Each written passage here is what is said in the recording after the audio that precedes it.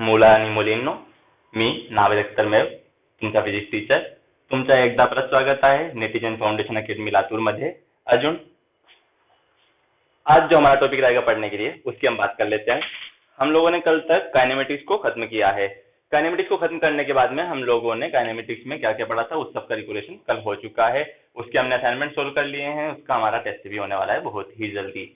तो आप लोग आज के लेक्चर के बारे में हम बात कर लेते हैं कि काइनेमेटिक्स यानी कि मोशन इन वन डायमेंशन हमने कंप्लीट कर लिया है. मोशन इन टू डायमेंशन हमारे नेक्स्ट क्लास में होने वाला है आगे. तो आज अब हम यहाँ पे लेक्चर जो स्टार्ट करने वाले थे, हमारा जो नया चैप्टर था, अब हम काइनेमेटिक्स के बाद डायनेमिक्स में बढ़ने वाले थे. यानी कि फिजिक्स में जो हमारी ब्रांच है मैकेनिक्स का हमने एक पार्ट कंप्लीट किया. कौन सा? काइनेमेटिक्स. दूसरा पार्ट क्या है हमारा? डायनेमिक्स. भाई आपने ये देखा कि हमने सबसे पहले फिजिक्स पढ़ी थी कि फिजिक्स के बारे में बात कर रहे थे हम. फिजिक्स में हम लोगों ने मैकेनिक्स के बारे में बात करना स्टार्ट किया था. मैकेनिक्स को हमने दो पार्ट में डिवाइड किया था. एक था हमारा काइनेमेटिक्स. तो काइनेमेटिक्स हमने मोशन इन वन डायमेंशन के लिए कर लिया और सर्कुलर मोशन भी पढ़ा. बट अब हम लोगों को पढ़ना है क्या? डायनेमिक्स. डायनेमिक्स क्या होता है कि सर फिजिक्स की वो ब्रांच, मैकेनिक्स की वो ब्रांच जिसमें हमें स्टडी करनी होती है किसके बारे में? फिजिक्स की वो ब्रांच जिसमें हमें स्टडी करनी होती है ऑब्जेक्ट की मोशन और रेस्ट के बारे में. बट वहां पे रीजन देखना पड़ता है ऑब्जेक्ट मोशन में क्यों है और रेस्ट में क्यों है. तो हमें ये पता लगा था कि इस टॉपिक में यहाँ पर हमारे क्या आने वाला है. यहाँ पे हमारे आने वाले हैं forces and laws of motion. तो force and laws of motion को स्टार्ट करने से पहले आज हम लोग एक थोड़ा सा इंट्रोडक्टरी लेक्चर लेने वाले हैं. किसके बारे में? वेक्टर्स के बारे में. उसके बाद में हम फोर्स पे बढ़ेंगे, फोर्स के बाद लॉज ऑफ मोशन पे बढ़ेंगे. फोर्स के बारे में आप लोगों ने पिछली क्लास में कुछ बहुत ज्यादा डिटेल स्टडी की हुई है. फोर्स के इफेक्ट्स पता है, टाइप्स ऑफ फोर्स पता है, काफी सारी चीजें. तो हमें किसकी बात करनी है आज के लेक्चर में? Introduction two vectors. तो इंट्रोडक्शन टू वेक्टर्स, आप लोगों ने वेक्टर्स के बारे में बहुत कम नॉलेज हो सकती है या किसी को बहुत ज्यादा होगी. तो हम आज की बात कर लेते हैं कि हमें क्या बात करनी है वेक्टर्स के बारे में. तो गाइस एंड गर्ल्स, हम लोगों को वेक्टर्स के लिए भी बात करनी है कि वेक्टर एक्चुअल में होते क्या हैं, इसकी एप्लीकेशंस क्या है, इस वेक्टर का हमारे मैकेनिक्स में कहाँ कहाँ और फिजिक्स में कहाँ कहाँ यूज होने वाला है. वैसे तो वेक्टर एक सेपरेट चैप्टर है हमारे 11th क्लास का पहला टॉपिक फिजिक्स का, और 12th क्लास में मैथमेटिक्स में भी वेक्टर्स आपको पढ़ाया जाएगा. बट यहाँ पे हमें जैसे कि अभी जरूरत है वक्त के मुताबिक किसके लिए? डायनेमिक्स पढ़ने के लिए. तो हम लोग वेक्टर्स के बारे में थोड़ी सी स्टडी करने वाले हैं. वो थोड़ी सी स्टडी वेक्टर के बारे में क्या होने वाली है उसकी बात कर लेते हैं. तो सबसे पहले मुझे ये बताइए, फिजिकल क्वांटिटीज को डायरेक्शन के बेसिस पे आप लोगों ने कितने पार्ट में डिवाइड किया हुआ है? फिजिकल क्वांटिटीज को डायरेक्शन के बेसिस पे आप लोगों ने दो पार्ट में डिवाइड किया हुआ है. सर एक तो होती है हमारी स्केलर क्वांटिटीज, दूसरी होती है हमारी वेक्टर क्वांटिटीज. कौन कौन सी क्वांटिटीज? सर स्केलर क्वांटिटीज, दूसरी वेक्टर क्वांटिटीज. यानी कि दो ही तरह की फिजिकल क्वांटिटी होती होंगी, स्केलर और वेक्टर? नहीं, और भी टाइप की फिजिकल क्वांटिटीज होती हैं. यानी कि वेक्टर्स के और भी टाइप रहेंगे. यानी कि फिजिकल क्वांटिटीज के स्केलर और वेक्टर के अलावा भी कोई और टाइप हो सकते हैं. अभी तक आपको सिर्फ यही बोला गया कि डायरेक्शन के बेसिस पे दो टाइप में बांटा गया है. वो बिल्कुल आपसे सही बोला गया है. बाकी के जो टाइप है वो कैसे आते हैं, कहाँ आते हैं, उनकी बात करेंगे. 12th क्लास तक हमारे सिलेबस में वो दोनों बाकी के टाइप्स नहीं होते हैं. बट हम उसका थोड़ा सा इंट्रोडक्शन देख के चलेंगे. ओके, तो मुझे ये बताइए स्केलर क्वांटिटीज क्या होती है. सबसे पहली बात, जो हमने फिजिकल क्वांटिटीज को दो टाइप में डिवाइड किया हुआ है कि sir scalar quantities are those quantities which have magnitude. Scalar quantities are those physical quantities which only have magnitude. यानी कि इनको अगर आपको रिप्रेजेंट करना है किसी भी स्केलर क्वांटिटी को, तो कैसे रिप्रेजेंट करेंगे? मैग्नीट्यूड से. और फिजिकल क्वांटिटी को रिप्रेजेंट कैसे करते हैं? Sir Q is equal to NU. यहाँ पे क्या Q क्या है? Sir physical quantity. N क्या है? न्यूमेरिक वैल्यू यानी कि नंबर जैसे कि मैग्नीट्यूड. और U क्या है? यूनिट है. जैसे कि बात करें डिस्टेंस, या हाँ डिस्टेंस की बात कर लेते हैं हम लोग. तो फिजिकल क्वांटिटी क्या हो गई हमारी यहाँ पे? डिस्टेंस हो गई. डिस्टेंस मान लीजिए आपके पास 5 दे दी गई है. अब ये 5 तो क्या है? सर एक नंबर है, कांस्टेंट है. यानी कि ये इस डिस्टेंस का क्या है? मैग्नीट्यूड. और यूनिट क्या लगा दें हम? मीटर. यानी कि आप लोग क्या पता लगा? 5 क्या है हमारे यहाँ पे? मीटर है. तो यानी कि जो डिस्टेंस क्या हो गई? Physical quantity Q. N क्या हो गया? न्यूमेरिक वैल्यू यानी कि मैग्नीट्यूड. और U क्या हो गया हमारा? सर यूनिट हो चुकी है. ओके, तो स्केलर क्वांटिटीज की डेफिनेशन हम लोगों ने क्या लिखी कि those physical quantities which can be represented with the help of magnitude only, they do not require direction to represent them. Definition लिख लीजिएगा आप लोग इसकी.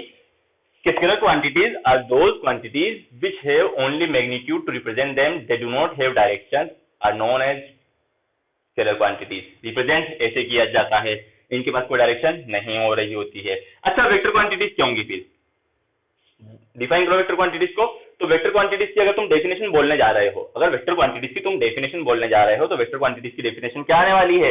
Vector quantities are those physical quantities which have magnitude as well as direction. Vector quantities are those physical quantities which have magnitude and direction both to represent them. Magnitude और direction इनके पास दोनों होता है रिप्रेजेंट करने के लिए. Correct है? ठीक है. स्केलर क्वांटिटीज को ऐड कैसे किया जाता है? टू ऐड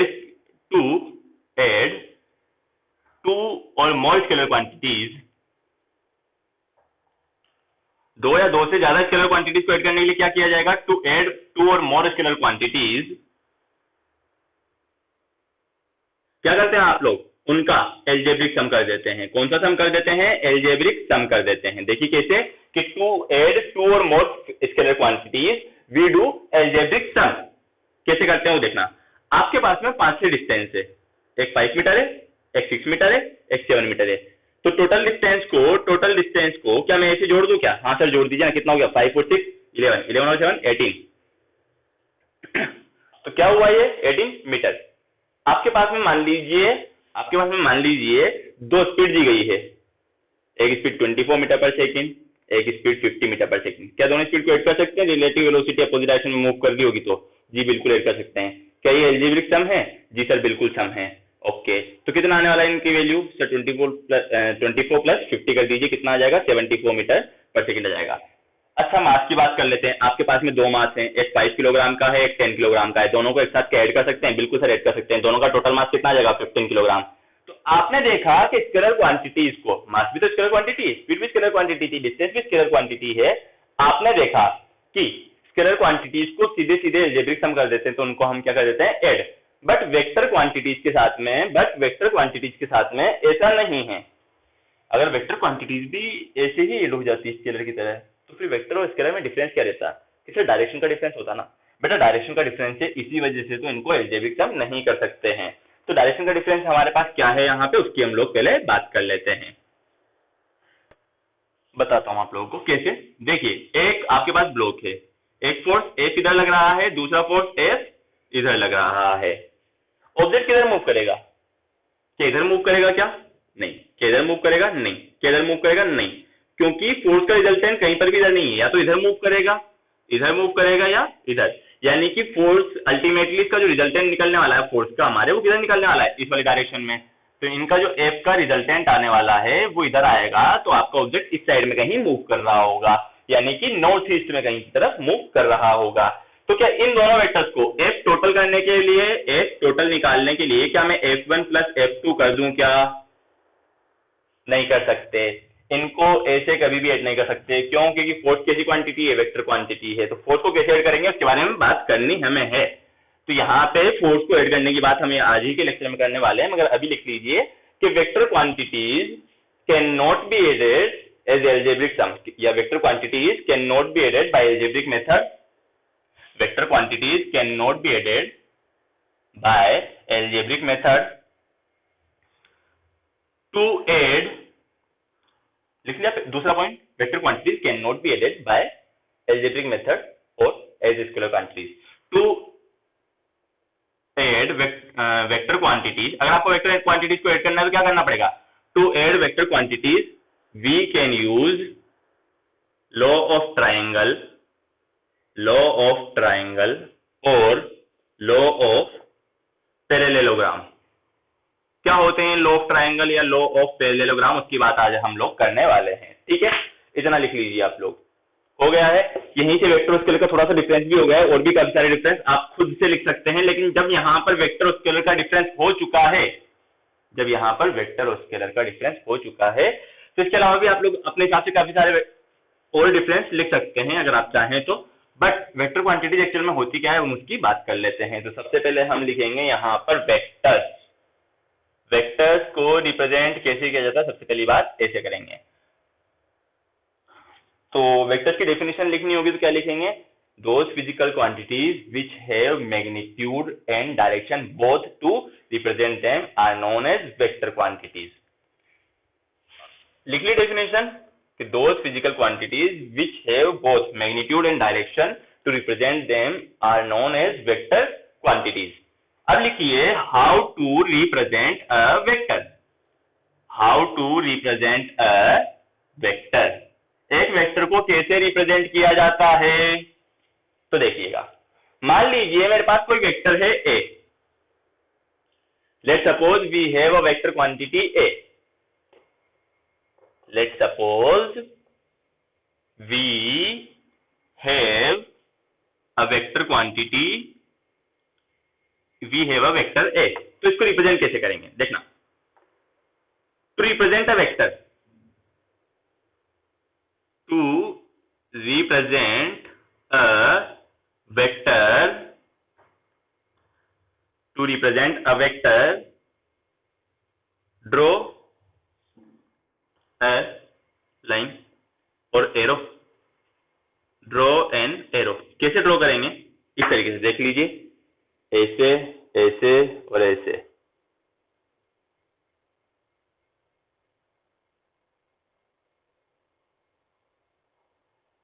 ठीक है, ये क्या होता है, इसको बोलेंगे हम लोग हेड ऑफ वेक्टर, ये होती है हमारी टेल ऑफ वेक्टर, और ये जो डिस्टेंस है हमारी वो क्या है, मैग्नीट्यूड ऑफ वेक्टर। यानी कि जितना बड़ा वेक्टर का ये साइन होगा उतना ही बड़ा हमारे वेक्टर क्वांटिटी का क्या होगा, मैग्नीट्यूड। तो किसी भी वेक्टर क्वांटिटी को रिप्रेजेंट करना है, वेक्टर को रिप्रेजेंट करना है तो क्या करेंगे, सर कैसे एरो बना देंगे, आगे हेड होगा पीछे टेल होगा, वेक्टर की लेंथ आपको क्या बताएगी, मैग्नीट्यूड बताएगी। अब मेरे को लिखना है ए को वेक्टर के फॉर्म में, तो क्या करूंगा मैं, ए के ऊपर ऐसे वेक्टर लगा दूंगा। यहाँ पे अब ये छोटा सा जो एरो बना है वो मैग्नीट्यूड नहीं बता रहा है, ये आपको बता रहा है वेक्टर, क्योंकि मैग्नीट्यूड तो आपको ये फिजिकल क्वांटिटी खुद ही दे देगी, मगर अगर आपको एरो से बनाना है तो इस तरीके से बनाएंगे। अच्छा ठीक है, तो रिप्रेजेंट कर लोगे वेक्टर को, सर बिल्कुल इस तरीके से रिप्रेजेंट कर लेंगे। अगर यहाँ पे वेक्टर लगा दी, क्या है वेक्टर, अच्छा बी क्या है, सर बी भी वेक्टर है। अच्छा सी क्या है, सर सी वेक्टर नहीं है। डी क्या है, सर डी भी वेक्टर है। अच्छा ई क्या है, सर ई भी वेक्टर नहीं है। यानी कि जिसके भी ऊपर इस तरीके का साइन बना हुआ है, जिस भी फिजिकल क्वांटिटी के ऊपर, वो फिजिकल क्वांटिटी को हम आगे से क्या पढ़ने वाले हैं कि सर वो फिजिकल क्वांटिटी वेक्टर होगी हमारे लिए। अगर हमें ये साइन कहीं पर भी दिख रहा है इस तरीके से किसी भी फिजिकल क्वांटिटी के ऊपर, तो वो क्या होगा, हमारा वेक्टर रहेगा। चलिए बहुत ही अच्छी बात। आगे यहां पे लिख लीजिए, head is the direction of vector,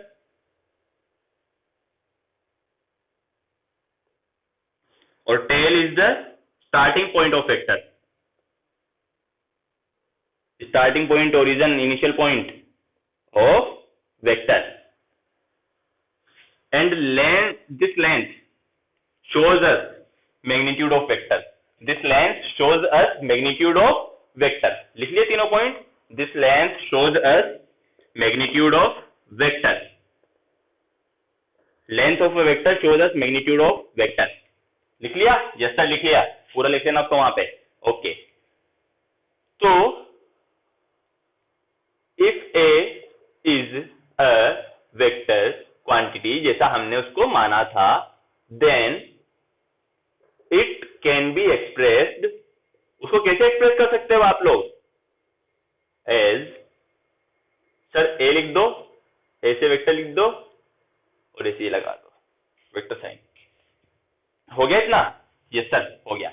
तो ये तरीका है किसको लिखने का, वेक्टर को लिखने का। वेक्टर को रिप्रेजेंट कैसे करते हैं, सर ऐसे मैग्नीट्यूड से रिप्रेजेंट करेंगे। टेल क्या होगा, उसका स्टार्टिंग पॉइंट, हेड क्या होगा, उसकी डायरेक्शन बताएगा, मैग्नीट्यूड यानी कि लेंथ क्या होगी इसकी, वेक्टर का मैग्नीट्यूड बताएगा। जितनी बड़ी लेंथ उतना ज्यादा मैग्नीट्यूड, जितनी छोटी लेंथ उतना कम magnitude. Okay done, yes sir. आगे बढ़ो, वेक्टर समझ में आया, how to represent a vector किया। तो अब हम लोग बात करेंगे वेक्टर्स के टाइप के बारे में। उससे पहले मेरा आप लोगों से एक सवाल, एक वेक्टर ए से, दूसरा वेक्टर ए से, ये ए और बी, कौन सा वेक्टर का मैग्नीट्यूड ज्यादा है, सर बी का मैग्नीट्यूड ऑब्वियसली ज्यादा दिख रहा है। अच्छा एक वेक्टर ए से सी, सर ए से ज्यादा बी का मैग्नीट्यूड, बी से ज्यादा सी का मैग्नीट्यूड, और बी ए और बी सेम डायरेक्शन में और सी अपोजिट डायरेक्शन में वेक्टर है।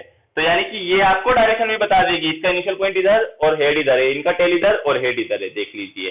तो इन दोनों की डायरेक्शन एक है, इसकी डायरेक्शन अपोजिट है। तो इससे आप लोगों को क्या पता लग जाता है, वेक्टर की डायरेक्शन भी यहां से आप लोग फाइंड आउट कर सकते हैं। चलिए बहुत अच्छी बात है, आगे बढ़ जाइए। अब हम लोग बात करेंगे एक और चीज की मैं आपसे बात करना चाहता हूं, वो बात क्या होगी सुन लीजिए।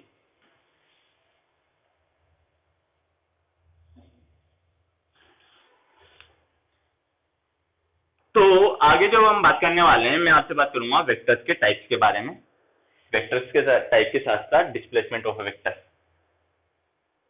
एक चीज, एक वेक्टर ऐसे है ऐसे नहीं, ऐसे बना लो एकदम रेक्टेंगल, या रेक्टेंगल बना लेते हैं हम, ठीक है। देखिएगा आप लोग, दोनों का ओरिजिन जो है, स्टार्टिंग पॉइंट है, सेम है अलग अलग है? सर सेम है। ये एक स्क्वायर मान लीजिए आप, ठीक है, मान लिया। ये वेक्टर ए बोल दिया, ये वेक्टर बी बोल दिया। ये क्या होगा सर? स्क्वायर तो आमने सामने की जो साइड्स होती है, लाइक चारों साइड्स उसकी कैसी होगी? इक्वल होगी।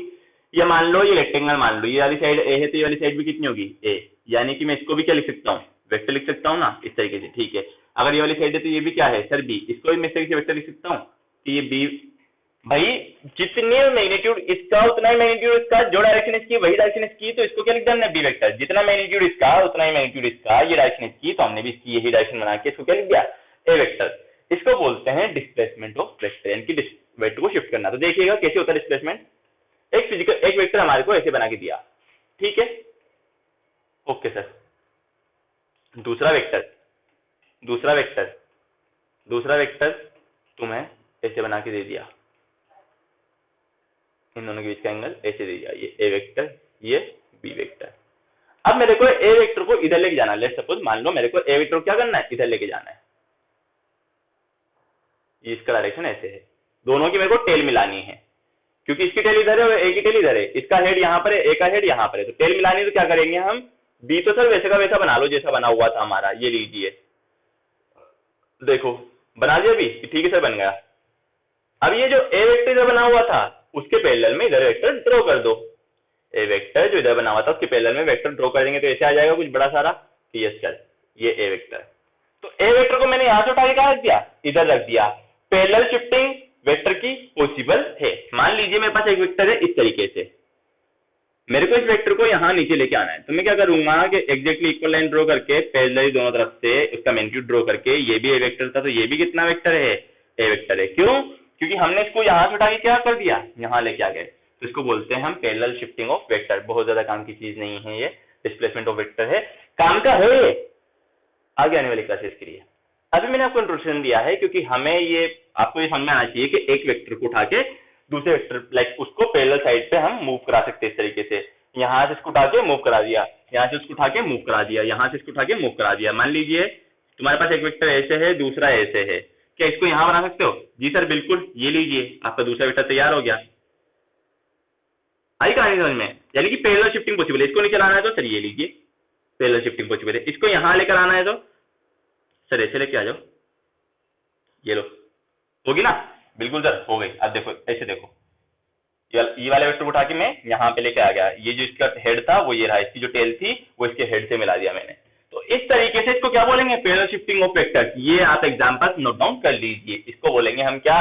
Parallel shifting of vector. यानी कि vector can be shifted from one position to other position, the other vector is the will be of same magnitude, क्योंकि आपने इसी वेक्टर को तो शिफ्ट किया है। ओके, अब लिखेंगे हम टाइप्स ऑफ वेक्टर। अब हम क्या लिखने वाले हैं? Types of vector. कितने टाइप के हो सकते हैं आप लोगों के अकॉर्डिंग वेक्टर? भाई आप लोगों के अकॉर्डिंग वेक्टर कितने टाइप के हो सकते हैं? अच्छा एक चीज और बता दीजिए, क्या मुझे वेक्टर क्वांटिटीज का कुछ भी आपको एग्जांपल देने की रिक्वायरमेंट है क्या? नहीं है। तो टाइप्स ऑफ वेक्टर में पहला लिख लीजिए अब आप लोग, इक्वल वेक्टर्स। इक्वल वेक्टर्स कौन से वेक्टर्स? Equal vectors. तो टाइप्स ऑफ वेक्टर में जो आप लोग इक्वल वेक्टर्स सबसे पहले लिखने वाले हैं, इक्वल वेक्टर नाम से समझ में आ रहा है क्या होता है इक्वल वेक्टर? सर ऐसे वेक्टर जिनका मैग्नीट्यूड कैसा हो? इक्वल हो। यानी कि दो या दो से अधिक ऐसे वेक्टर जिनका मैग्नीट्यूड इक्वल हो तो उनको आपस में क्या बोला जाएगा? इक्वल वेक्टर बोला जाएगा। तो डेफिनेशन लिखिए, टू वेक्टर्स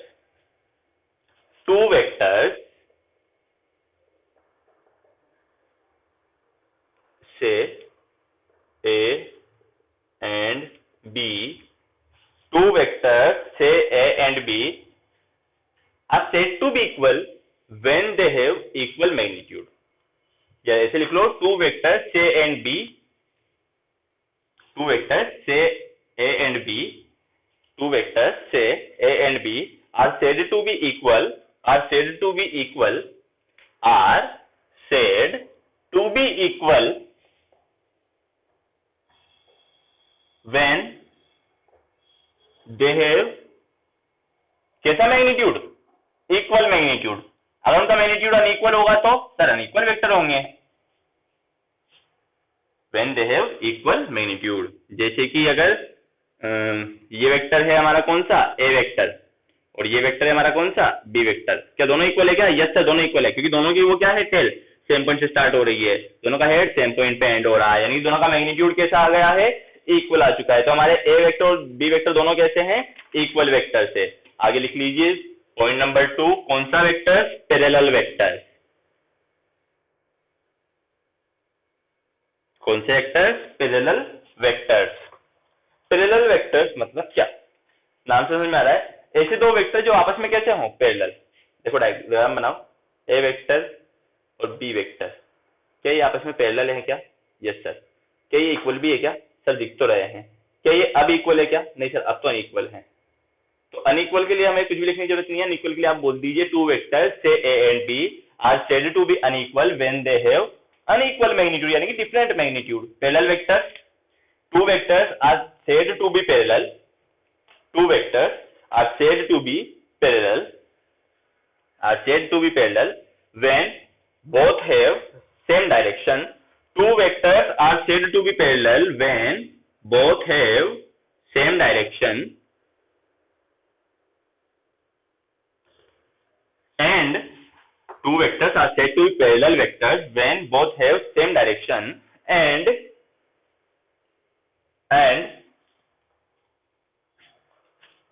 क्या parallel to each other, their lines are parallel to each other। और इसमें एक पॉइंट और लिखना है, and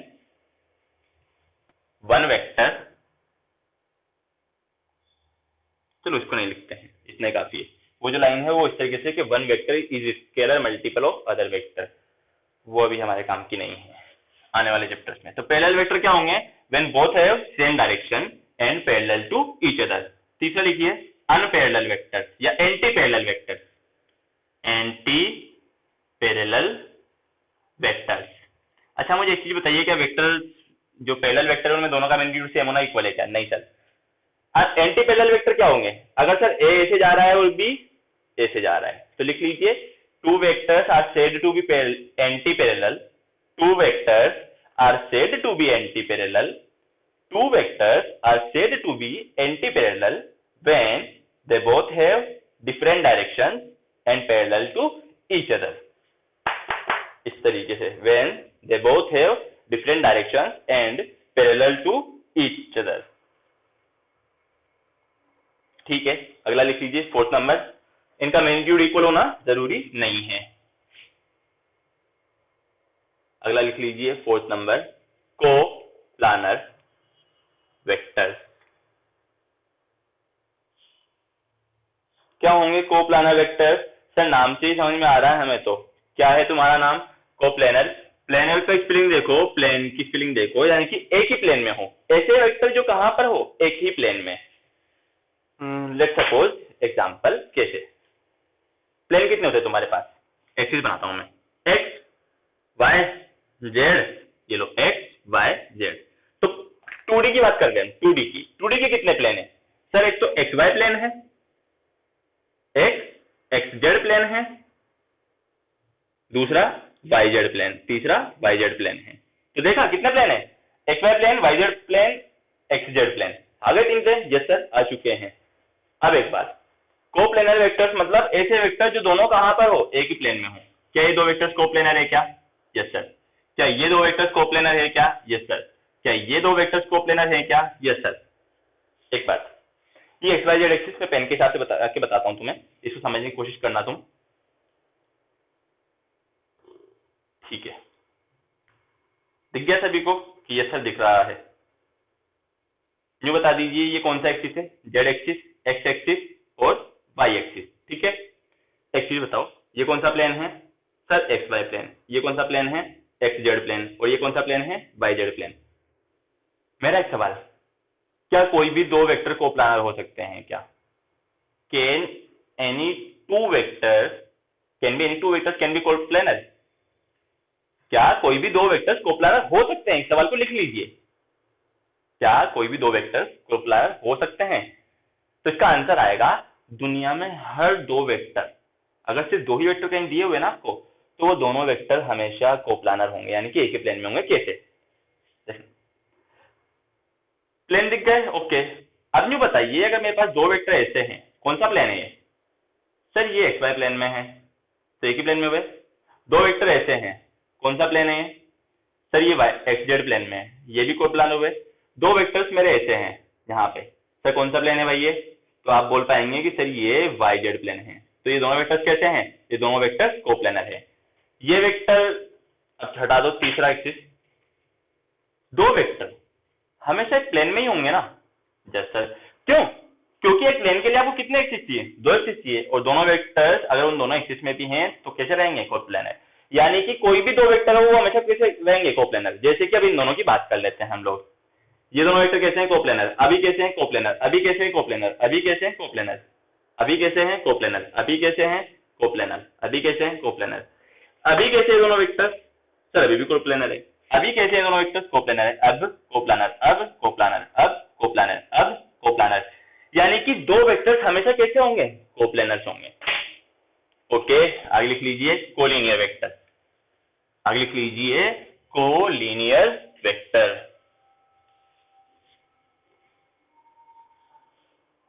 तो चार हो चुके ना? हाँ, पांचवा लिखिए कोलिनियर वेक्टर्स। कोलिनियर वेक्टर्स लिखिए इसको।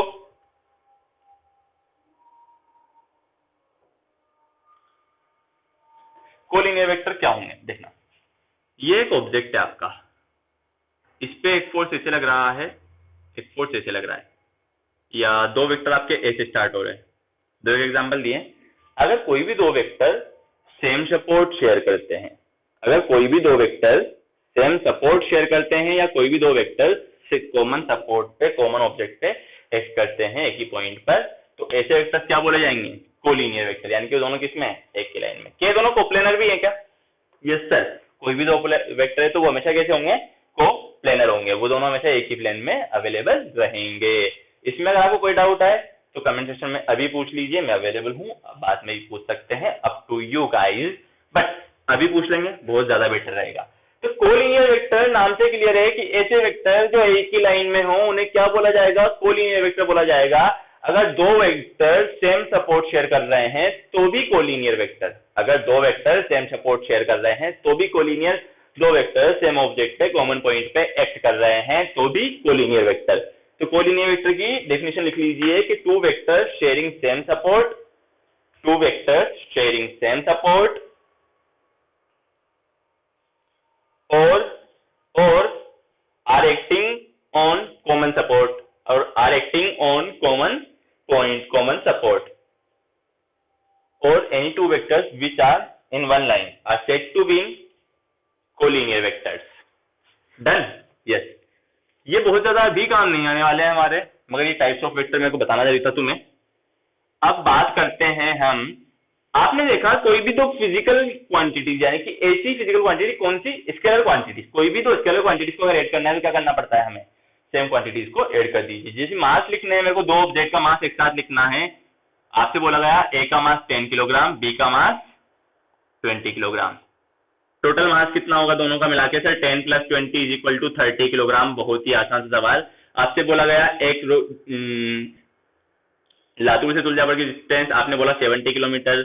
आपसे बोला गया तुलजापुर से सोलापुर की डिस्टेंस, आपने बोल दिया लेट सपोज आपकी कितनी? 30 किलोमीटर, तो या 40 किलोमीटर बोल देते हैं हम लोग।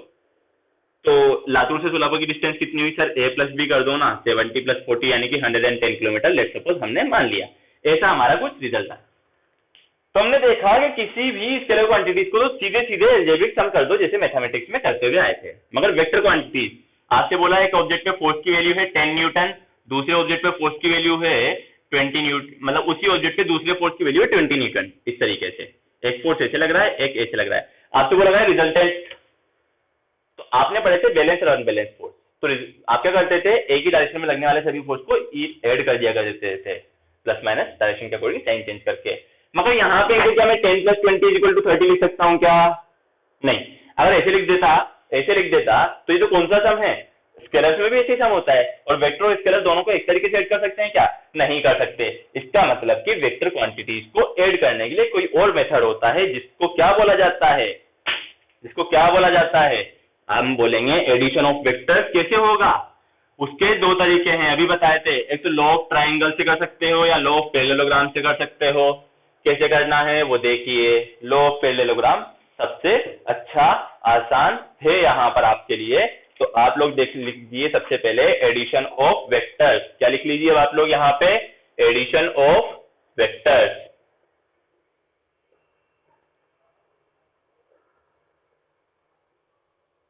एडिशन ऑफ वेक्टर्स यानी कि आपको दो या दो से ज्यादा अगर वेक्टर्स को ऐड करना है तो उनका एडिशन कैसे होता है, इसकी हम लोग बात करते हैं। तो लिख लीजिए addition of vectors, two vectors A and B, two vectors A and B are added geometrically, two vectors A and B। अब हमने जब भी वेक्टर क्वांटिटी बोली तो आप उसके ऊपर क्या लगा देंगे? सर तीर का निशान यानी कि एरो बना देंगे। To vectors A and B are added geometrically according to law of parallelogram। Two vectors are added geometrically according to law of parallelogram। Parallelogram की स्पेलिंग आती ना सर? माइदा है। ठीक है, तो आगे बढ़िए, लिखिए two vectors A and B are added according to law of parallelogram as shown in figure। Okay, लिख लिया है, तो आगे लिखिएगा। अ वेक्टर डायग्राम बना देता हूं मैं आपको पहले, फिर आपको समझ में आएगा कि मैं क्या बोल रहा हूं। ये ए वेक्टर हमारा और ये हमारा बी वेक्टर। ज्यादा बड़ा बना दिया, इसको थोड़ा छोटा कर लेते हैं। ये लो। Okay sir, done. O P Q, इतना तो हो चुका है। अब आप क्या बोलेंगे? Two vectors A vector and B vector are added geometrically according to law of parallelogram as shown in figure. Okay, आगे लिखिए।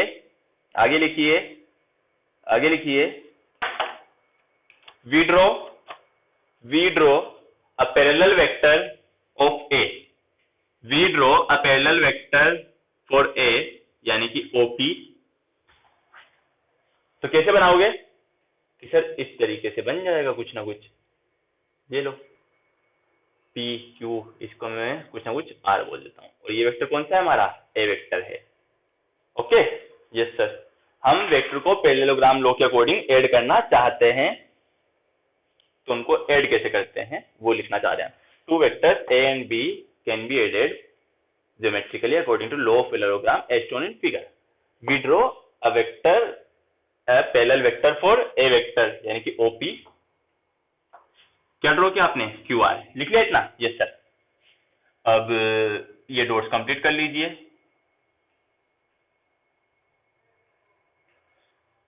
एक पॉइंट और लिखिए अब आगे बढ़ने से पहले। ठीक है, लिखो अब next point. Now if two vectors which sharing common point, ये कोलिनियर है क्या है? कोप्लानर है। सर ये कोप्लानर तो है ही, कोलिनियर भी है क्योंकि दोनों का कॉमन सपोर्ट एक ही है। So both the vectors A and B are acting in different direction on point O, so their resultant vector will be diagonal of this parallelogram। Their resultant will be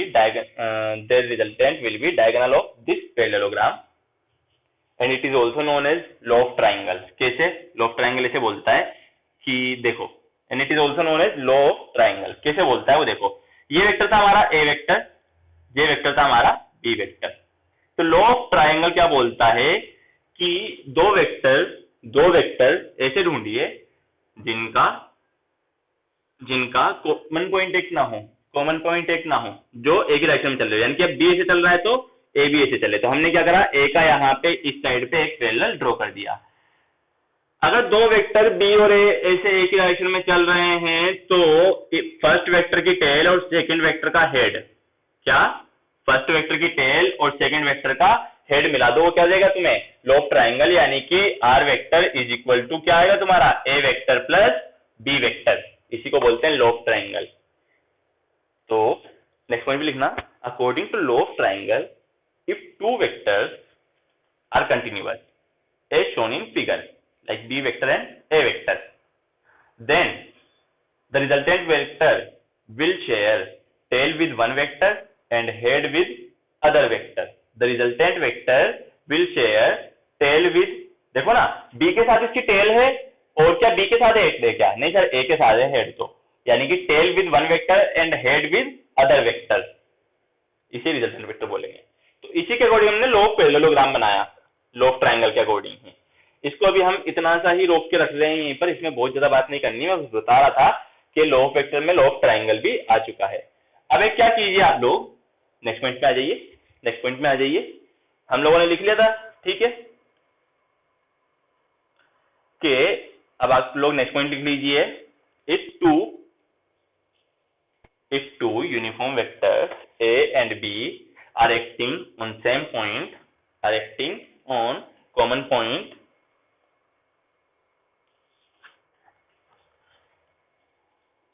and shows the two sides of a parallelogram, then they both can be added according to law of parallelogram, and then they both can be added according to law of parallelogram, and their diagonal of parallelogram will give us the resultant of these vectors. तो r vector is equal to कैसे लिखा जाएगा, a vector plus b vector. अभी आप इसको लिख के रख लीजिए, आज जब इनके ऊपर से वेक्टर हट जाएगा तो इसको ऐड कैसे होगा, इसका रिजल्ट क्या आएगा, उसके ऊपर हमें बात करनी है। तो एक हमारा बहुत बढ़िया सा डेरिवेशन अभी होने वाला है, इसको अब यहाँ से ध्यान से देखें, बात करना बंद कर दे सभी लोग और नोट डाउन करो इसको यहाँ से। तो आपने देख लिया कि ए वेक्टर ऐसे बना हुआ था, बी वेक्टर ऐसे बना हुआ था, आप लोगों ने ए का पैरेलल वेक्टर ड्रॉ कर दिया है। Okay sir, now draw the perpendicular on OQ from R to S.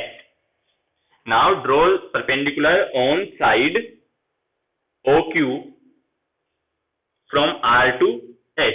अब ये क्या बन गया सर, ये बन चुका है हमारा 90 डिग्री का एंगल, ठीक है। ये जो टोटल एंगल था हमारा दोनों वेक्टर्स के बीच का, वो कितना था, थीटा, और रिजल्टेंट और बी वेक्टर के बीच एंगल कितना दे दिया हमने, बीटा। देखो ए और बी वेक्टर के बीच में एंगल कितना है, थीटा। अब ये दोनों साइड कैसी है, ओपी और क्यू आर पैरेलल है ना, क्योंकि ए को ही तो तुमने इधर ड्रॉ किया है, तो ये एंगल भी कितना आने वाला है, जल्दी बोलो, पहले कमेंट में आप लोग आंसर दें कि ये एंगल कितना आने वाला है, ये एंगल कितना आने वाला है। सर थीटा आने वाला है, क्यों आने वाला है, क्योंकि ए और बी के बीच ही वेक्टर था और ये भी ए और बी के बीच ही वेक्टर है, हमने ए को शिफ्ट कर दिया यहाँ पे, ठीक है। यस सर, ड्रॉ कर दिया। लिखिए आप लोग, to find magnitude of R vector we drawn a perpendicular on OQ from R to S. Now a triangle ORS becomes right angle triangle, यानी कि हमारा ये जो ट्राइंगल बना वो कौन सा बन गया, right angle triangle, becomes right angle triangle, लिख लिया। So from triangle ORS, OR का whole square is equal to OS का होल स्क्वायर प्लस RS का होल स्क्वायर, ठीक है सर, ये लो लिख दिया है, ठीक है। ओके, लिख लो इस तरीके से। अब मुझे बताइए OS किसके बराबर है, क्योंकि OS is equal to OQ plus QS, OS is equal to क्या आ रहा है, OQ प्लस QS। लिख दिया। ओके, इस अकॉर्डिंग लिखते चलिए आप लोग। इतना लिख दिया है, इतना हो चुका है, तो अब एक और चीज देख लीजिए आप लोग। क्या देखना है वो बताइए। मैं को ये बताओ QS की वैल्यू क्या आ सकती है। सर QS की वैल्यू वैसे तो हमें दिख नहीं रही है, but we can find it out from right angle triangle, और वो राइट एंगल ट्राइंगल क्या है वो बता सकते हो क्या। तो चलो करेंगे, पहले ये वाली वैल्यू यहाँ पे पुट कर दीजिए। तो सर OR का whole square is equal to OQ plus QS का होल स्क्वायर प्लस RS का स्क्वायर। तो इसको खोल लीजिए, A प्लस B का होल स्क्वायर। इधर आ जाइए सीधे कि OR कौन है, OR is equal to R vector. Yes sir. अच्छा, QR कौन है सर, A वेक्टर, और OQ कौन है सर, B वेक्टर। तो R वेक्टर की वैल्यू, R की वैल्यू कितनी आ रही है, अभी लिखेंगे हम उसको, ठीक है। R की वैल्यू कितनी आ रही है हमारी यहां से, वो देखिए। R की वैल्यू आ रही है सर OQ का स्क्वायर प्लस QS का square plus 2OQ into QS plus last में RS का स्क्वायर। अब यहां से वैल्यू पुट करते चले जाओ। OR की वैल्यू तो R आ गई, OQ की वैल्यू A स्क्वायर आ गई, QS की वैल्यू अभी हमें नहीं मिली है। OQ की वैल्यू सर 2, OQ की वैल्यू मिल रही है हमें कितनी, वही सर B, और QS की वैल्यू अभी भी हमें नहीं मिली है। प्लस RS की वैल्यू, सर RS तो ये है, इसकी भी वैल्यू नहीं पता है हमें। RS square plus QS square, ये दोनों अभी हमारे खाली पड़े हुए हैं। अब QS की वैल्यू निकालने के लिए कौन सा ट्राइंगल लोगे, नाउ ट्राइंगल QRS, देखो कौन सा वाला है, ये वाला है ना, 90 डिग्री QSRS, और ये एंगल कौन सा है तुम्हारा, थीटा है। तो QS की वैल्यू क्या आएगी मुझे बताइए, cos थीटा की वैल्यू क्या होती है, cos थीटा की वैल्यू क्या होती है सर, बेस अपॉन, बोलो, हाइपोटेन्यूस होती है सर। तो QR, तो QH is equal to QR cos theta, और QR की वैल्यू कितनी है सर, A cos थीटा। चलिए बहुत बढ़िया बात है। अब सिमिलरली sin थीटा की वैल्यू क्या होगी इस ट्राइंगल में, sin थीटा की वैल्यू क्या होगी sir, RS by QR sorry. तो RS की वैल्यू क्या आएगी, QR की वैल्यू क्या है, QR की वैल्यू क्या है, वही सर A sin थीटा। आ रहा है क्या सभी का, आ रहा है क्या सभी का, सभी का आ रहा है, यस सर आ रहा है, पक्का सभी का आ गया है, बिल्कुल सभी का आ गया है। किसी को कोई दिक्कत यहां तक में, नहीं सर कोई दिक्कत नहीं है।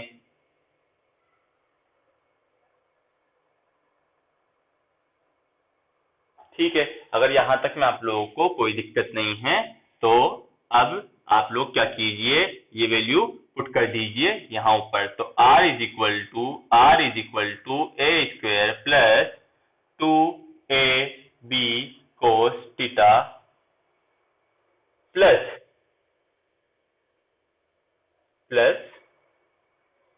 अरे बोल दो यार कि सर OQ हो गया, QS हो गया, OQ की वैल्यू पुट कर दी, QS की वैल्यू पुट कर दी, QR हो गया यहाँ पे, कि कोई गड़बड़ है क्या यहाँ पे, नहीं है। देख लीजिए एक बार दोबारा से, यहाँ पे क्या लिया तुमने, OR का square is equal to OS का स्क्वायर प्लस RS का स्क्वायर, बिल्कुल सही है। OR का स्क्वायर यानी कि OS की जगह OQ प्लस QS पुट किया तो उसकी वैल्यू रख दी, और RS हमारा ऐसा का ऐसा चलता रहा। अभी RS यहाँ तक आ चुका है, ओके इतना क्लियर हो चुका है, यस सर हो चुका है। तो R इज इक्वल टू क्या है, A square plus 2AB cos theta plus, देखिए फाइनली क्या बच रहा होगा यहाँ से इस रिजल्टेंट के बाद, OR is equal to OQ square plus QS square plus 2OQ cos theta. तो A स्क्वायर प्लस 2B, यानी कि यहाँ से OQ की वैल्यू हमने B पुट कर दी, QS की वैल्यू हम लोगों ने A cos थीटा यहाँ से पुट कर दी। अब RS square plus QS square अभी भी हमारे पास में बचा हुआ है। न्यू बताइए R S square plus Q S square आपको क्या दे रहा है, R S square plus Q S square तुमको क्या दे रहा है, और ओ क्यू का स्क्वायर भाई बी स्क्वायर आएगा। Okay, R S square plus Q S square तुम्हें क्या दे रहा है, R S square plus Q S का स्क्वायर। अब यही बचा ना इक्वेशन में, सारी वैल्यू तो पुट कर दी, बिल्कुल सर पुट कर दी गई है, ये भी बी स्क्वायर ही है हमारा, क्योंकि यहाँ पे तुमने ओ क्यू की वैल्यू पुट करी थी और ओ क्यू की वैल्यू बी है। तो ये बताइए R S plus Q S का स्क्वायर क्या दे रहा है, तो देखोगे आर एस का स्क्वायर प्लस क्यू एस का स्क्वायर इज इक्वल टू, देखो ट्राइंगल क्यू आर एस से आर एस का square is equal to R S का स्क्वायर प्लस क्यू एस का square is equal to Q R का square. तो ये वाली वैल्यू ऊपर वाली इक्वेशन में पुट कर दीजिए, तो आर की वैल्यू क्या आ रही है, A square plus B square plus 2ab cos theta. अब मुझे एक चीज बता दीजिए कि यहाँ पे स्क्वायर नहीं लग रहा था क्या, कि सर लगा हुआ था, तो देख लीजिए सभी लोग अब यहाँ पे स्क्वायर लगाते हुए चलेंगे। तो आर स्क्वायर इक्वल टू क्या है, A square plus B square plus 2ab cos theta. तो आर की वैल्यू क्या आ गई है finally, sir under root A square plus B square plus 2ab cos theta. ये एक बहुत ही आसान सा रिजल्ट है जिसको हमने प्योर मैथमेटिक्स यूज करके कैलकुलेट किया है। मुझे लगता है कि आप सभी लोगों को ये समझ में आया होगा। एक बार दोबारा से इसको देखिए, नोट डाउन आप लोगों ने कर लिया होगा। हमारे पास क्या था, एक पैरेललोग्राम था, हमारे पास एक क्या था, पैरेललोग्राम था। हमने पैरेललोग्राम में क्या लिया, ओपी वेक्टर लिया और एस वेक्टर लिया। ये हमने पैरेललोग्राम में सबसे पहले क्या किया, ये परपेंडिकुलर ड्रॉ किया, इस तरह बनाया, ए वेक्टर का पैरेलल इधर बनाया, पैरेलल शिफ्टिंग कर दी। तो हम लोगों ने क्या किया, ट्राइंगल कौन सा लिया sir, O R S triangle लिया है हम लोगों ने। कौन सा ट्राइंगल लिया है, ट्राइंगल ओ आर एस। तो ओ आर एस कौन सा ट्राइंगल बन गया हमारा, राइट एंगल ट्राइंगल बन गया। तो ट्राइंगल ओ आर एस में ओ आर का स्क्वायर यानी कि हाइपोटेन्यूज का square is equal to base का स्क्वायर प्लस परपेंडिकुलर का स्क्वायर, ठीक है ओके। फिर हमने क्या किया, ओ एस की वैल्यू पुट करी sir, O Q plus Q S, तो इस तरीके से पुट कर दी, उसका ब्रैकेट ओपन कर दिया, तो इस तरीके से हो गया A square plus B square यानी कि A square plus B square plus 2ab cos theta. चलिए ठीक है, यहाँ से ओ आर की वैल्यू पुट कर दी आर, ओ क्यू की वैल्यू पुट कर दी बी, 2 की जगह 2 रहा, ओ क्यू की वैल्यू बी पुट करी, क्यू एस की value A cos theta put कर दी। हमारे पास बचा R square plus R S square plus Q S square. उसको हमने क्या किया, R S square Q S square को ट्राइंगल से निकाला, तो कितना आ गया, क्यू आर स्क्वायर आ गया यानी कि ए के बराबर आ गया। तो ये वाली वैल्यू यहाँ पे ऊपर वाली इक्वेशन में पुट करने पर, put this value in above equation, ये यहाँ पे भी किया था भाई तुमने, एक तो ये कैलकुलेशन करी है तुमने थोड़ी सी, ठीक है, दूसरी कैलकुलेशन तुमने ये करी है। हम क्या है स्टेप बाय स्टेप चले हैं, यहाँ पे चाहते तो हम ये वैल्यू भी ऊपर ही निकाल लेते हैं, मगर लास्ट में आने के बाद पता लगा कि हमें इसको हटाना था, आर एस को भी और क्यू एस को भी हटाना था, तो हमने यहाँ पे स्टेप बाय स्टेप कैलकुलेशन करके इसकी वैल्यू निकाली। तो फाइनल रिजल्ट हमारे पास ये आ गया है, ठीक है। कैसे आया वो देखा तुमने कि सबसे पहले तो पैरेललोग्राम लिया, पैरेललोग्राम में परपेंडिकुलर ड्रॉ किया, साइड को आगे बढ़ाया, राइट एंगल ट्राइंगल बनाया, राइट एंगल ट्राइंगल से फॉर्मूला लगाया पाइथागोरस थ्योरम में, हाइपोटेन्यूज का स्क्वायर यानी कि बेस का स्क्वायर प्लस परपेंडिकुलर का स्क्वायर। फिर उसको आगे बढ़ाते हुए इस तरीके से यहाँ से बढ़े, सभी की वैल्यूज पुट करी, फिर राइट एंगल ट्राइंगल से क्यू एस की वैल्यू निकाली कितनी, ए cos थीटा। फिर राइट एंगल ट्राइंगल से क्यू एस की वैल्यू निकालने के बाद में Q S square plus R S square की वैल्यू निकाली जो कितनी है, बी स्क्वायर। तो हम लोगों ने यहाँ पे vector law of addition use किया। तो वेक्टर लॉ ऑफ एडिशन ने क्या बोला कि कोई भी दो फिजिकल क्वांटिटी जिनके बीच का एंगल कितना है, थीटा है, कोई भी दो फिजिकल क्वांटिटी जिनके बीच का एंगल कितना है, थीटा है, तो उनका रिजल्टेंट कैसे आ रहा होगा, जैसे कि R vector is equal to A vector plus B vector को अगर आप हमें ऐड करना है तो कैसे लिखेंगे भाई, वेक्टर लगा सकता है तो कोई दिक्कत नहीं है। अब वेक्टर लग गया, हटा दिया, तो सर इसका रिजल्टेंट जो आता है वो आएगा a square plus B square plus 2ab cos theta.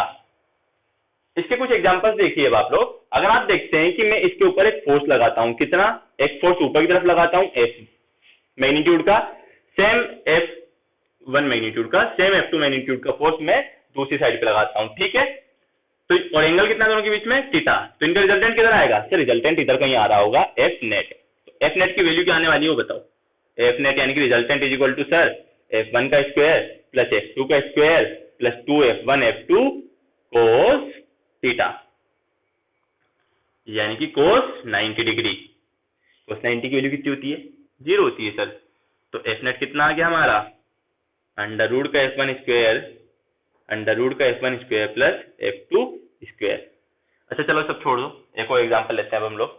आया समझ में कि मैं यहाँ पे बनाता हूँ डायग्राम।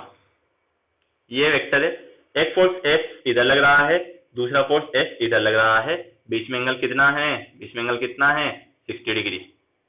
इन दोनों का रिजल्टेंट बताओ।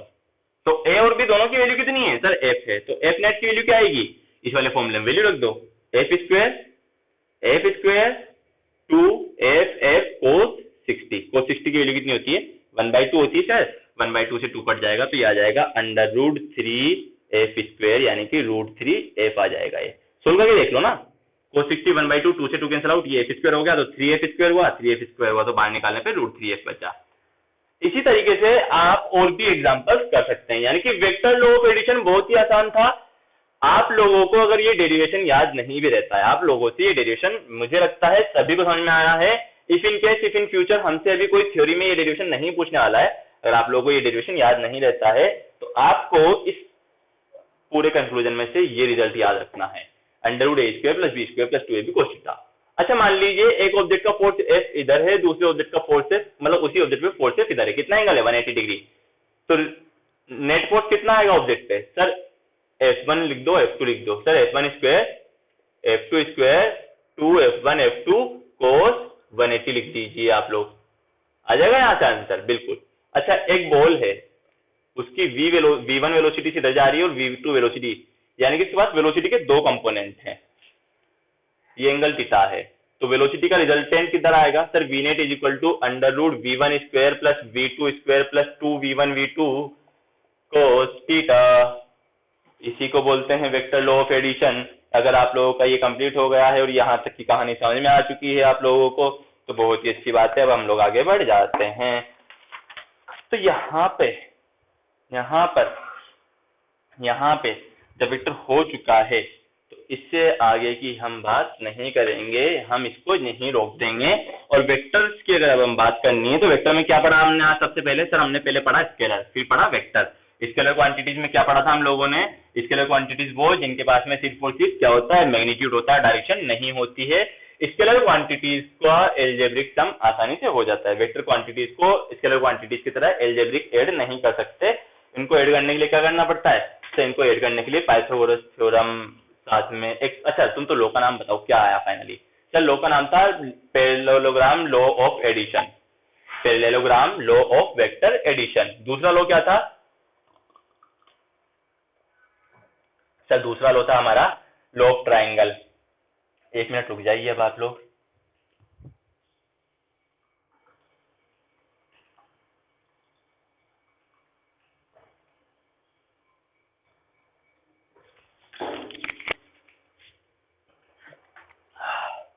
तो अब आप लोगों ने देखा कि दूसरा लॉ हमारा वेक्टर लॉ ऑफ एडिशन, यानी कि वेक्टर लॉ ऑफ एडिशन हमने बात करी। तो वेक्टर्स क्या थे फिर सर, वेक्टर वो क्वांटिटी थी जिसके पास में मैग्नीट्यूड तो होता है, ये साथ साथ डायरेक्शन भी होता है। और वेक्टर के बारे में अब थर्ड पॉइंट और ऐड कर लो वहीं पे, vector quantities are those quantities which have both magnitude plus direction and they follow vector law of addition. Vector law of addition क्या है, a प्लस बी का रिजल्टेंट क्या था, ऐसे। अगर ये एल्जेब्रिक होता तो इनका r इक्वल टू क्या आता सर, सीधे सीधे a प्लस बी आ जाता, वहां तो कुछ करना ही नहीं होता स्केलर में तो। मगर वेक्टर है तो कैसे रिजल्टेंट आएगा, इस तरीके से रिजल्टेंट आ रहा होगा। ओके, अब वेक्टर की डायरेक्शन क्या है, किसी भी वेक्टर की डायरेक्शन क्या है वो कैसे निकालते हैं, ये बता रहा हूं मैं ऐसे सिंपली जनरल नॉलेज के लिए। एक्स वाई जेड, किसी भी वेक्टर की डायरेक्शन क्या है तो वो कैसे निकालते हैं। अगर कोई वेक्टर एक्स एक्सिस की तरफ है तो उसको लिखते हैं हम आई कैप, जे कैप, के कैप। कई बार तुम लोगों ने सवालों में देखा होगा तुम्हारे पास वेलोसिटी कंपोनेंट लिखा हुआ है 3i cap plus 4j cap. इसका मतलब कि आपके जो वेलोसिटी है वो कितनी है, 3 मीटर पर सेकंड, तो किधर की तरफ है, एक्स एक्सिस की तरफ, और 4 यूनिट किसकी तरफ है, जे वाई एक्सिस की तरफ। आपके पास फोर्स का एक कंपोनेंट लिखा हुआ है sir 5i cap plus 2j cap plus 3k cap, यानी कि ये क्या बता रहा है सर 5 न्यूटन, यानी कि 5 यूनिट फोर्स एक्स एक्सिस की तरफ, 2 यूनिट फोर्स वाई एक्सिस की तरफ, 3 यूनिट फोर्स जेड एक्सिस की तरफ। तो यहाँ पे आई कैप, जे कैप और के कैप, अरे कैप टोपी लगी हुई ना इसके ऊपर, हाँ तुम्हारे पास तो है नहीं, इसके पास टोपी लगी हुई है, इसके ऊपर कैप लगा हुआ है, ये बताता है डायरेक्शन को। एक्स एक्सिस की direction I cap, Y axis की डायरेक्शन जे कैप और जेड एक्सिस की डायरेक्शन सर के कैप। अभी इसको यहीं रोकते हैं। हमने फिर पढ़ा तो वेक्टर लॉ ऑफ एडिशन आपको समझ में आया, पैरेललोग्राम लॉ ऑफ एडिशन। तो वेक्टर क्वांटिटीज की ऑफिशियल डेफिनेशन क्या बनी है? Vector quantities are those physical quantities which have both magnitude and direction. Vector quantities are those physical quantities which have both magnitude and direction plus they follow vector law of addition. They follow vector law of addition. तो अच्छा, ऐसी कोई सी भी physical quantity जो vector law of addition को follow नहीं करती है, क्या वो वेक्टर नहीं होगी? जी सर, बिल्कुल नहीं होगी। सिर्फ वही क्वांटिटी होगी जो किसको फॉलो करे? वेक्टर लॉ ऑफ एडिशन को। इसके बारे में अब एक छोटी सी बात करनी है, रुक जाइए। ऐसी कौन सी फिजिकल, यानी कि अगर हम ऐसे बोल दें, मान लो वेक्टर होने के लिए हमारे पास कंपल्सरी सब्जेक्ट क्या था? मैग्नीट्यूड, डायरेक्शन प्लस एक नया क्या आया? उसको वेक्टर लॉ ऑफ एडिशन भी फॉलो करना चाहिए। उसको कौन सा लॉ फॉलो करना चाहिए? Vector law of addition. अच्छा, तो कोई ऐसी क्वांटिटी जिसके पास में मैग्नीट्यूड भी है, डायरेक्शन भी है, अगर वो इसको फॉलो नहीं करती तो क्या वो वेक्टर नहीं होगी क्या? अभी तक जी सर, नहीं होगी। एक एग्जांपल लेते हैं हम, बहुत सुंदर सा एग्जांपल है करंट इलेक्ट्रिसिटी का। मान लीजिए 4 एम्पियर करंट इधर जा रहा है, करंट की यूनिट एम्पियर होती है। 2 एम्पियर करंट इधर जा रहा है और 2 एम्पियर करंट इधर जा रहा है। यानी कि इस पॉइंट से जो करंट निकला वो इधर तो डिवाइड हो गया ना, एक ए साइड में और एक बी साइड में, ओ से। तो टोटल करंट कितना था सर? 2 एम्पियर प्लस 2 एम्पियर, यानी कि 4 एम्पियर ही था टोटल करंट। तो ठीक है। अब लेकिन एक बात, यहाँ पे तो तुमने करंट का जो एडिशन किया, यहाँ पे तुमने जो करंट का एडिशन किया वो वेक्टर लॉ फॉलो करके किया है या सीधे सीधे एल्जेब्रिक सम किया है? सर, हमने तो सीधे सीधे एल्जेब्रिक सम कर दिया। 2 ampere plus 2 ampere is equal to हमारा 4 एम्पियर आ गया। बट ये तो एल्जेब्रिक सम है ना, वेक्टर लॉ ऑफ एडिशन तो नहीं है। वेक्टर लॉ ऑफ एडिशन क्या था? ये है वेक्टर लॉ ऑफ एडिशन। तो इसका मतलब कि क्या ये करंट जिसके पास मैग्नीट्यूड है, डायरेक्शन है, वो वेक्टर है क्या? नहीं। करंट क्या है? न मैग्नीट्यूड न वेक्टर है, इसको बोलते हैं हम टेंसर फिजिकल क्वांटिटीज। और लिख लीजिए, those physical quantities which have both magnitude, नया पॉइंट लिखना, those physical quantities which have both magnitude and direction but do not follow vector law of addition are known as tensor quantities. For example, current. Those physical quantities which have both magnitude and direction but do not follow vector law of addition are known as tensor. For example, current electricity। इसके पास magnitude है, direction है, मगर इसमें जो सब addition हो रहा है वो कैसे हो रहा है? एल्जेब्रिक सम से। हमारा यहाँ पे vector law of addition follow नहीं हो रहा है, तो ऐसी क्वांटिटीज को क्या बोल देंगे? टेंसर। अच्छा, आपसे ऑप्शन दिया गया, एक सवाल पूछा गया कि करंट कैसी फिजिकल क्वांटिटी है? और 4 ऑप्शन इस तरीके से हैं, ए, बी, सी, डी। एक है वेक्टर, दूसरा स्केलर, तीसरा टेंसर, चौथा नन ऑफ दीज। तो आपका आंसर क्या आएगा? वेक्टर, स्केलर और टेंसर होने पे सर टेंसर आंसर करेक्ट है। अच्छा, ऑप्शन में टेंसर ही नहीं है, ऑप्शन में टेंसर है ही नहीं, तब कौन सा ऑप्शन करेक्ट है? वेक्टर कभी करेक्ट नहीं होगा, सिर्फ और सिर्फ स्केलर। यानी कि अगर आपको टेंसर ऑप्शन में दिया गया है तो कौन सा करेक्ट है? टेंसर। अगर टेंसर ऑप्शन में नहीं है तो कौन सा करेक्ट है? स्केलर। ये आउट ऑफ सिलेबस कंटेक्स्ट से 12th क्लास में भी बहुत कम से ही आएगा हमारे पास में टेंसर क्वांटिटीज के बारे में। But for your general information and kind information we have to note it down and we have to keep it remember। तो वेक्टर के बारे में हमने बात कर ली, वेक्टर के टाइप्स पढ़े, coplanar, collinear, parallel, anti parallel. साथ ही साथ हम लोगों ने स्केलर के बारे में पढ़ा, वेक्टर लॉ ऑफ एडिशन पढ़ा और हमने टेंसर क्वांटिटीज की बात करी। यहाँ तक में कोई भी डाउट हो तो आप पूछ सकते हैं। वीडियो को, आज वाले वीडियो को ध्यान से देखिएगा। अगर आपको कोई डाउट आता है तो वेक्टर लॉ ऑफ एडिशन को एक बार प्लेबैक करके देख लीजिएगा। इसीलिए आपका यहाँ तक आज का सहयोग काफी है। कल फिर मिलेंगे हम एक नए चैप्टर के साथ में। धन्यवाद।